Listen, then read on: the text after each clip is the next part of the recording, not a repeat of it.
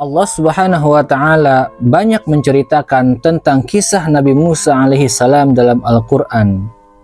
Allah mewahyukan cerita Nabi Musa ini dengan benar dan bukan dongeng, agar Nabi Muhammad sallallahu alaihi wasallam dan seluruh umat beliau mengetahui dan mengambil pelajaran dari cerita Nabi Musa ini, khususnya umat beliau yang beriman.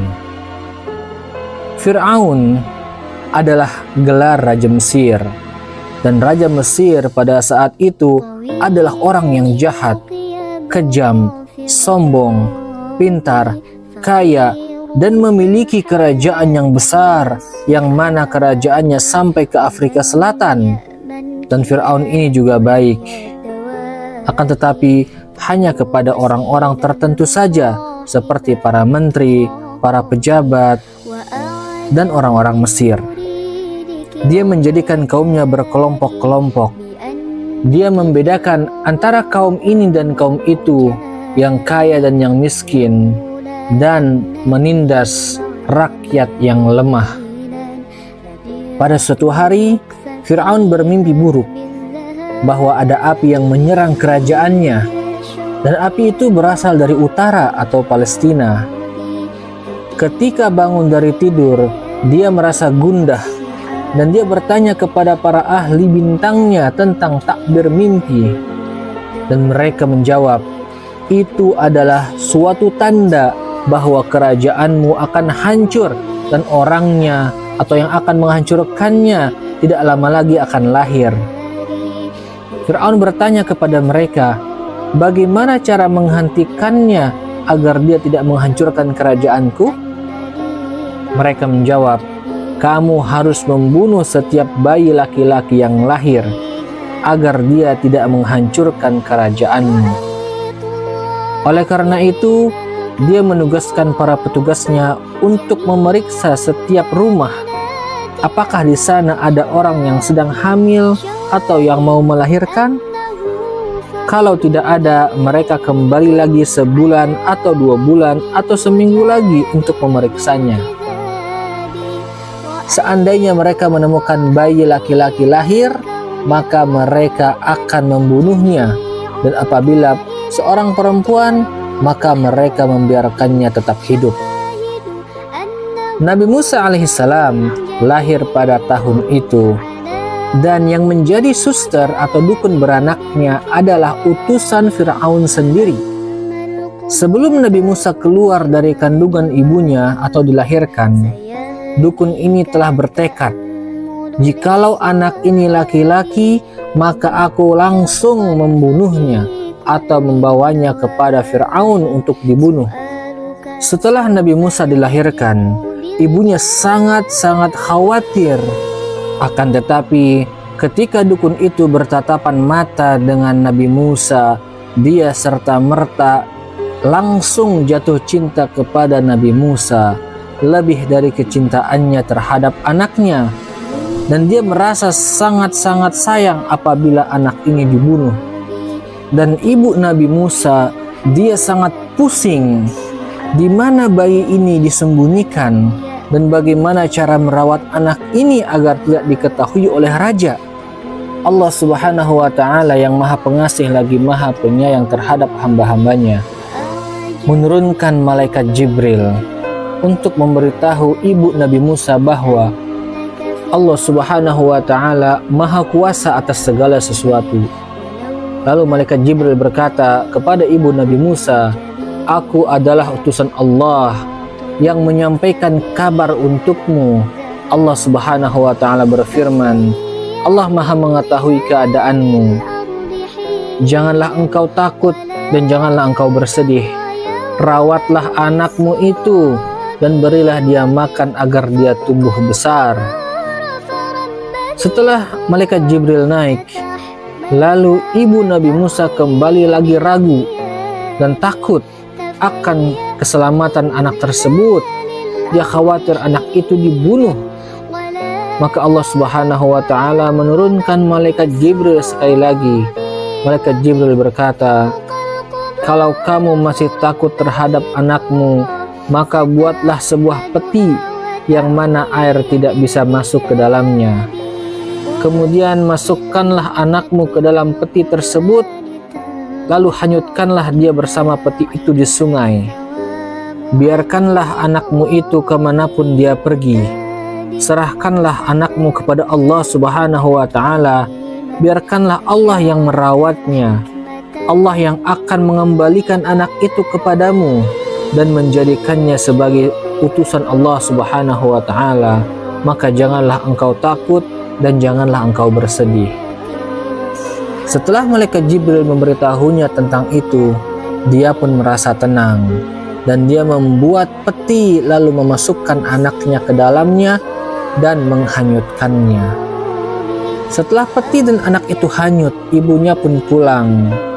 Peti tersebut mengalir menuju parit kerajaan Fir'aun. Kebetulan istri termuda Fir'aun yang bernama Asiyah sedang berada di parit tersebut dan melihat kepada peti tersebut. Kemudian dia mengambil peti itu dan membukanya.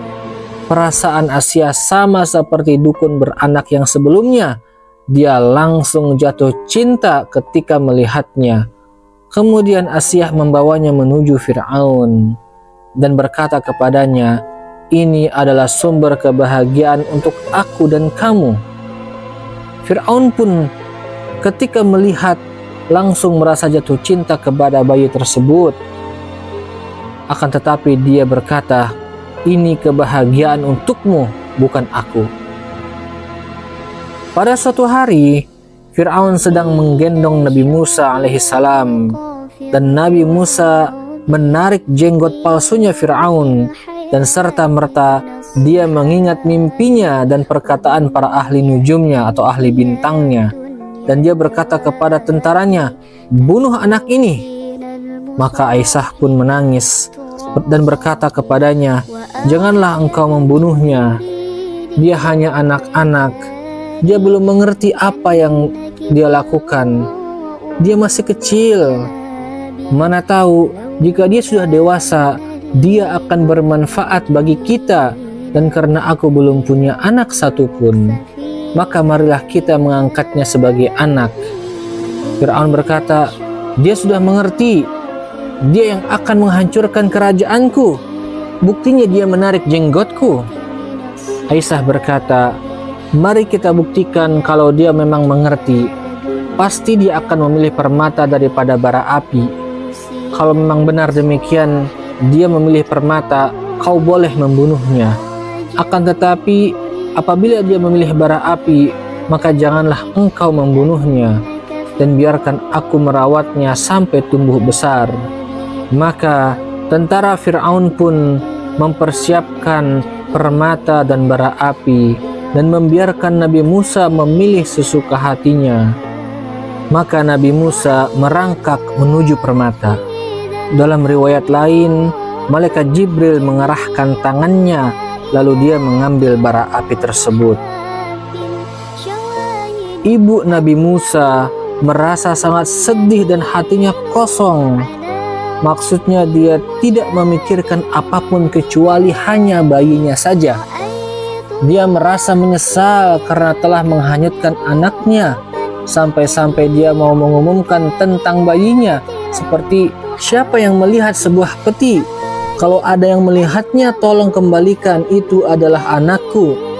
Dia tidak mempedulikan lagi dan hanya ingin bertemu dengan anaknya.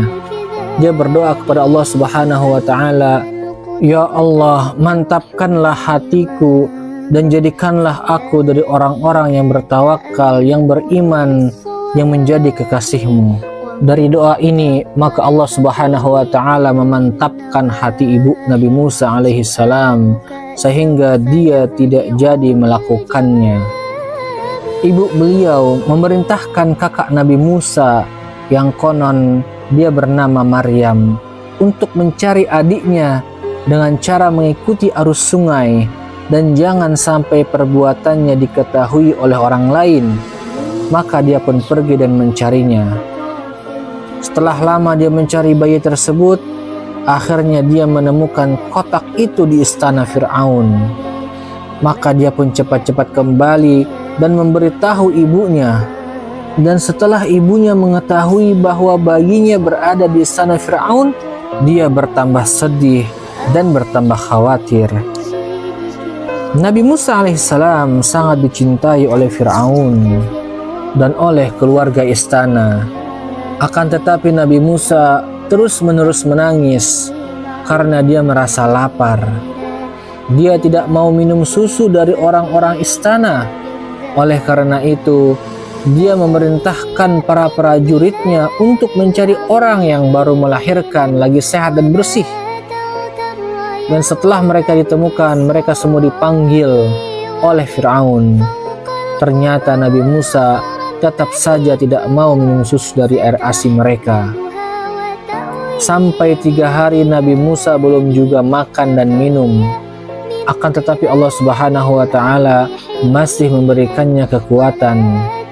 Maryam, kakaknya Nabi Musa, mengetahui kabar tentang adiknya karena dia sering bolak-balik ke tempat itu.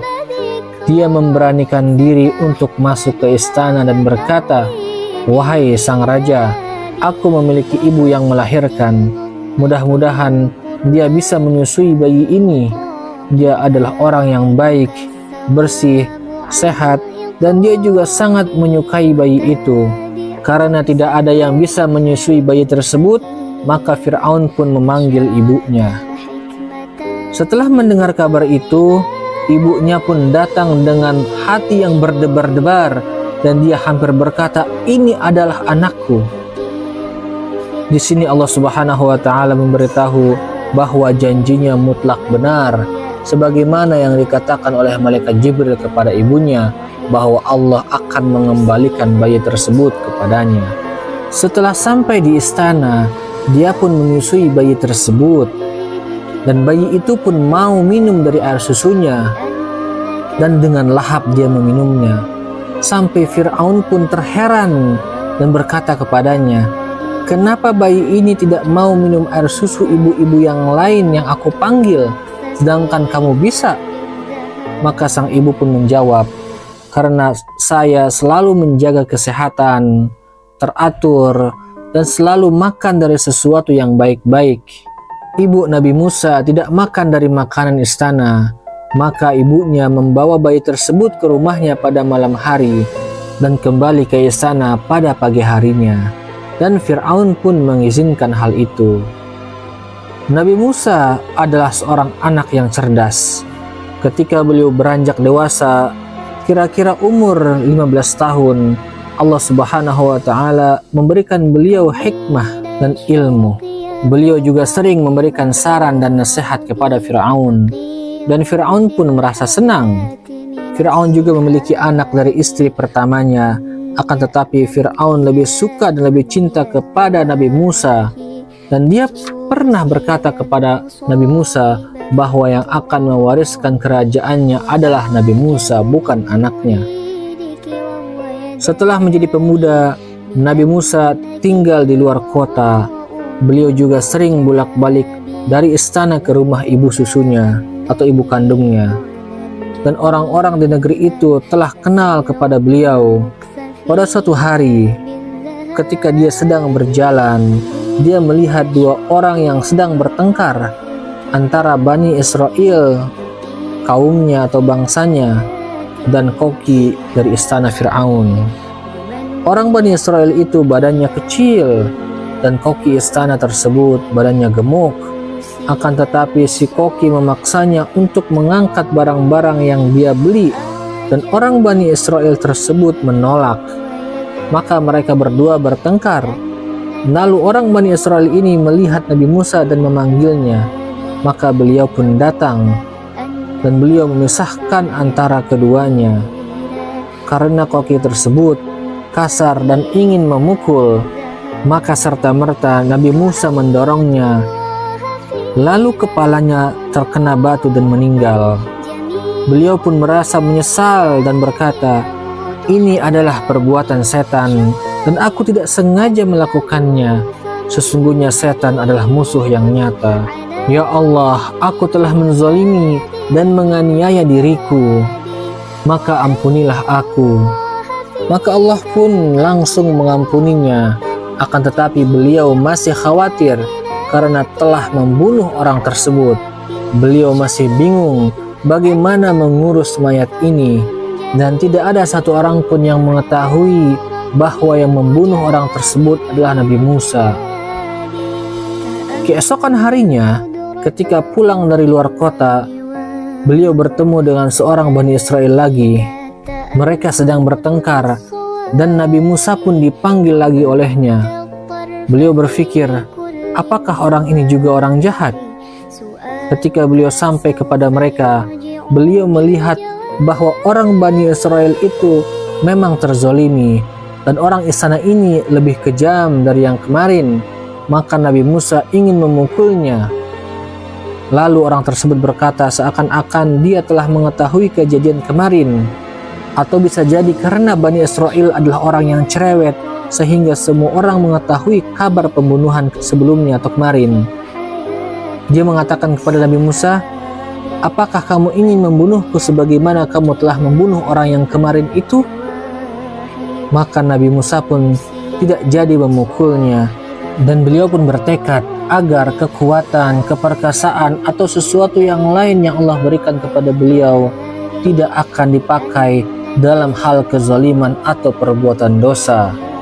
Lalu mereka pun berpisah. Tidak lama kemudian ada seseorang yang datang dari ujung kota dan juga bagian dari keluarga raja. Akan tetapi dia adalah orang yang baik, yang sangat menyayangi Nabi Musa. Dia tidak berdaya dan tidak bisa menolong beliau. Oleh karena itu, dia hanya memberikan bocoran kepada beliau, seraya berkata, wahai Musa, pergilah kamu sekarang juga dari negeri ini, karena Fir'aun telah memutuskan untuk menangkapmu, dan tentaranya sudah keluar untuk mencarimu. Pergilah sekarang dan jangan ditunda, sesungguhnya aku tulus kepadamu. Nabi Musa pun percaya kepada orang ini. Maka beliau pun segera lari tanpa persiapan apapun. Beliau belum sempat memberitahu ibunya, kakaknya Maryam atau abangnya Harun. Beliau langsung lari melalui gurun Sinai sampai sendal atau alas kaki beliau hancur dan kaki beliau pun hancur. Beliau dalam perjalanan itu sangat lapar dan beliau terpaksa memakan kulit pohon. Allah Subhanahu wa Ta'ala menguji hambanya agar dia beruntung. Beliau biasa hidup mewah di istana Fir'aun, akan tetapi sekarang beliau hidup merana dan menjadi kurus. Setelah berjalan dalam waktu yang sangat lama, akhirnya beliau tiba di kota Madian. Di sana beliau melihat sekelompok orang yang mengembala dan mereka sedang memberi minum hewan-hewan tersebut. Dan beliau juga melihat ada dua orang perempuan yang sedang menghadang gembalaan mereka. Mereka terlihat sangat sibuk. Beliau pun kasihan terhadap mereka, maka beliau menghampiri mereka. Seraya berkata, ada apa gerangan? Apa yang membuat kamu berdua sangat sibuk? Kenapa kambing atau domba ini tidak langsung diberi minum? Mereka berkata, kami tidak akan memberi mereka minum sehingga orang atau laki-laki pengembala itu semua telah menyingkir dari mata air. Kami tidak memiliki saudara laki-laki dan ayah kami sangat tua. Dalam riwayat, dia adalah Nabi Syuaib. Wallahu a'lam. Nabi Musa berkata, biarkan saya saja yang mengambil alih. Mereka pun mengizinkan. Dan beliau pun langsung membawa atau menggiring kambing-kambing tersebut untuk minum. Setelah selesai, beliau pergi ke sebuah pohon dan bernaung di bawahnya. Beliau berdoa, aduhai Tuhan, sesungguhnya kebaikan apapun yang Engkau berikan kepadaku, aku tetap butuh kepadamu. Setelah kambing-kambing kedua perempuan ini diberi minum, maka mereka pun kembali. Setelah sampai di rumah, ayah mereka berkata, tumben kalian cepat pulang, biasanya kalian pulang sore hari. Maka mereka pun menjelaskan bahwa ketika mereka sedang menghadang kambing agar tidak minum terlebih dahulu, ada seorang yang datang kepada mereka. Lalu dia menawarkan agar dia saja yang memberikan minum kambing-kambing itu. Dia bekerja sangat cekatan dan sopan. Oleh karena itu, kami bisa pulang lebih awal. Akan tetapi kelihatannya orang itu bukan orang negeri ini. Dan mereka mengusulkan untuk mengundang beliau ke rumah mereka. Lalu ayah mereka mengizinkan. Maka datanglah seorang perempuan dari keduanya. Perempuan ini berjalan dalam kondisi malu. Dia adalah perempuan yang solehah. Ketika perempuan itu sampai kepada Nabi Musa, dia berkata, "Ayahku memanggilmu. Dia ingin memberimu upah karena kamu telah memberi minum hewan peliharaannya." Beliau menjawab, "Ya baik, dan aku minta agar kamu di belakang dan aku di depan." Setelah itu pun mereka pergi. Setelah sampai di rumah, makanan dan yang lainnya telah siap, dan Nabi Musa masih berdiri. Ayah mereka berkata, "Ini adalah upah untukmu karena kamu telah membantu putri-putriku." Nabi Musa menjawab, "Astagfirullahaladzim, tidak perlu. Biarkanlah Allah yang membalas." Ayah mereka berkata lagi, "Tidak, ini sudah kebiasaan kami untuk menjamu tamu." Maka Nabi Musa pun duduk dan makan. Setelah itu terjadilah pembicaraan antara mereka berdua. Nabi Musa menceritakan tentang dirinya, dari mana berasal dan kenapa bisa sampai di sini. Maka ayah mereka berkata, "Jangan takut, kamu telah selamat dari orang-orang zalim itu. Kota itu bukan bagian dari Mesir. Kota ini bukan dari bagian Mesir. Mereka tidak akan mencarimu ke sini. Kalau mereka mau masuk, mereka harus izin terlebih dahulu kepada raja di sini." Salah satu anaknya berkata kepadanya, "Wahai ayahku, pekerjakanlah dia. Dia tidak punya apa-apa. Biarkan dia bersama kita. Sesungguhnya engkau tidak sembarangan memilih pegawai. Dia adalah orang yang profesional, kuat, dan jujur." Perempuan ini mengetahui Nabi Musa kuat karena Nabi Musa orangnya cekatan dan giat. Dan Nabi Musa tidak pernah melihat wajah perempuan tersebut ketika berbicara dengannya. Maka ayahnya pun setuju. Dia berkata kepada Nabi Musa, "Wahai anak muda, aku ingin menikahkanmu dengan salah satu putriku. Pilihlah di antara mereka berdua. Akan tetapi maharnya adalah kamu harus bersedia untuk bekerja kepadaku selama 8 tahun. Dan aku juga akan menggajimu. Dan jika kamu menyempurnakannya menjadi 10 tahun, maka itu dari kebaikanmu. Terserah kamu mau pilih yang mana. Aku tidak ingin menyulitkanmu. Insya Allah, kamu akan mendapatkanku termasuk orang-orang yang soleh." Maksudnya ialah bahwa ayah mereka mau Nabi Musa tinggal bersama mereka selamanya. Itu tidak akan bisa, karena Nabi Musa juga punya keluarga dan masa depan. Nabi Musa berkata, "Ini adalah perjanjian kita berdua. Kamu yang memberikanku dua pilihan antara 8 atau 10 tahun. Seandainya kamu mengatakan 10 atau 15 tahun atau 20 tahun, pasti aku akan tepati. Jadi, tidak ada masalah. Mau pilih yang mana? Sesungguhnya Allah Subhanahu wa Ta'ala Maha mengetahui apa yang kita katakan." Para sahabat Nabi bertanya, Nabi Muhammad maksudnya, "Yang manakah yang dipilih oleh Nabi Musa, ya Rasulullah?" Beliau menjawab, "Yang terbaik di antara keduanya." Jadi, maksud yang terbaik di sini adalah 10 tahun, karena ayah mereka adalah orang yang soleh, dan Nabi Musa bisa menimba ilmu darinya. Kisah selanjutnya adalah setelah Nabi Musa bersama Nabi Syu'aib, beliau pun pergi bersama istrinya kembali ke Mesir dan membawa beberapa gembalaan. Lalu nanti di tengah jalan Allah Subhanahu wa Ta'ala memanggilnya di kegelapan malam dan mengangkatnya sebagai nabi dan rasul yang diutus oleh Allah Subhanahu wa Ta'ala untuk menghimbau Fir'aun agar beriman. Mungkin kita akan membahasnya di lain waktu. Semoga Allah Subhanahu wa Ta'ala berikan kita kesehatan, hidayah dan taufik agar kita menjadi orang-orang yang diridhai oleh Allah Subhanahu wa Ta'ala. Wassallallahu ala sayyidina Muhammadin wa ala ali sayyidina Muhammad. Wassalamualaikum warahmatullahi wabarakatuh.